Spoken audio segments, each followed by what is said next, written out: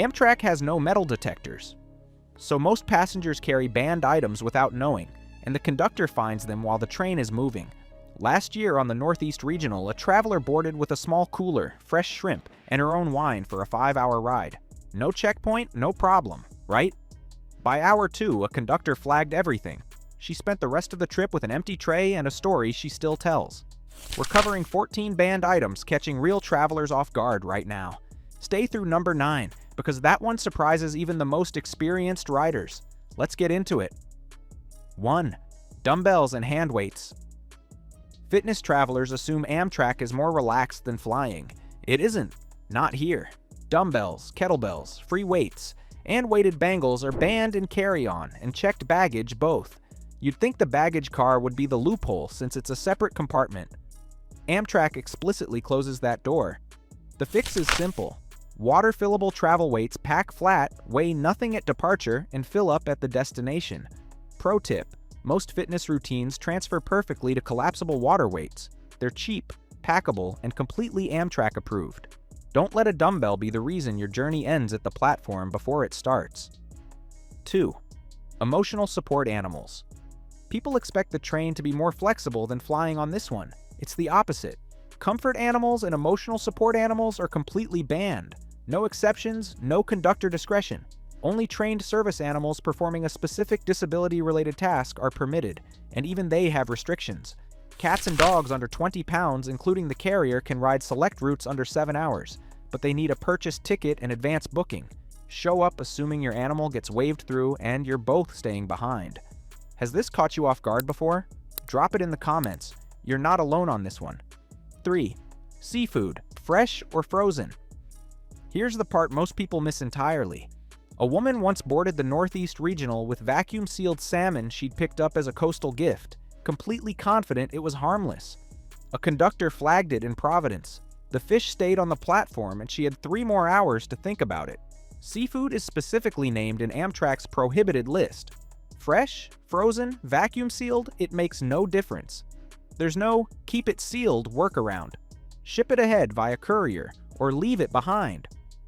Pro tip: most coastal seafood markets offer overnight shipping direct to your destination, often cheaper than checked baggage and far less stressful.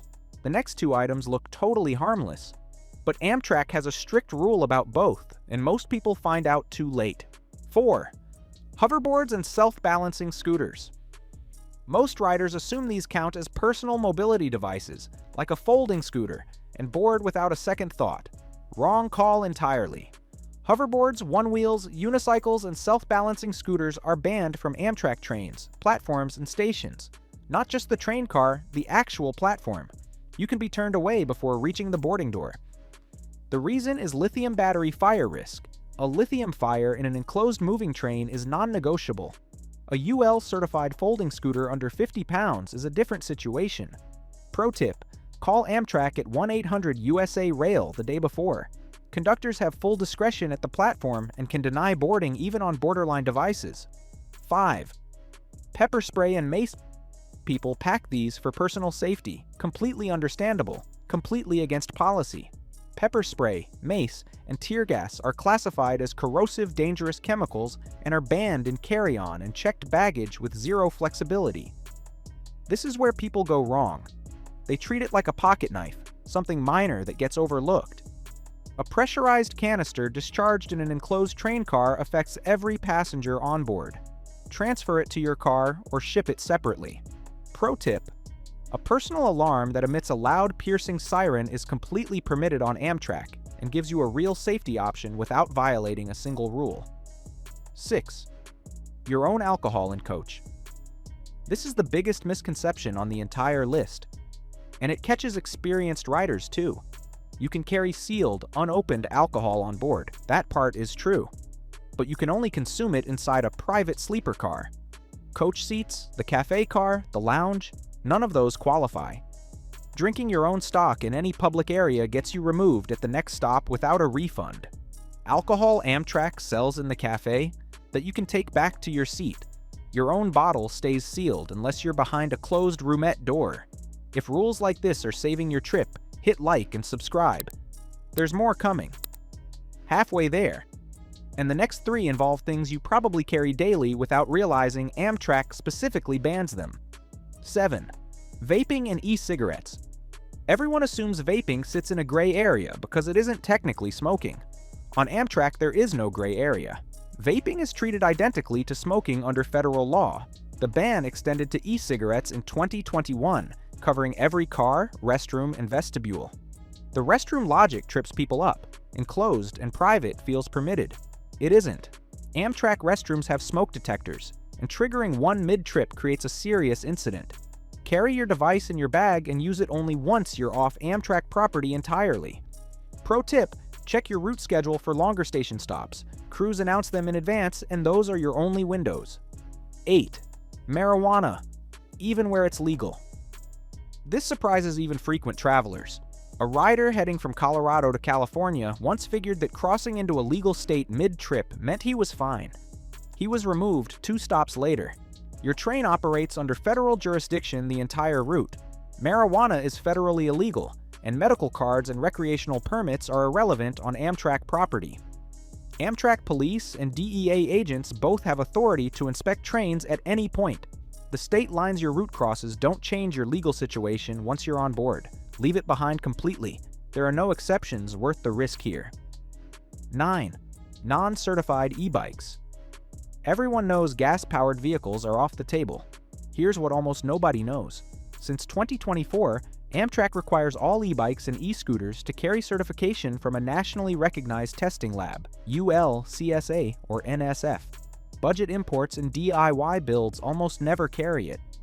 The bike looks fine. The conductor checks the label, not the appearance. Rented or shared bikes from City Bike, Lyft, or any bike share service are also explicitly banned on board. Check your documentation before the trip, not at the boarding door. Pro tip: the certification label sits on the battery housing near the motor. Photograph it before you leave home. A few more left, and number 13 has a rule so specific most lifelong Amtrak riders have never heard it. 10. Archery equipment as carry-on. Competitive archers and hunters get caught by this one constantly. Since it isn't a firearm, people assume it rides fine in a bag alongside everything else. It doesn't. Bows, arrows, and all archery supplies are banned as carry-on baggage. No conductor flexibility. Here's what most never learn.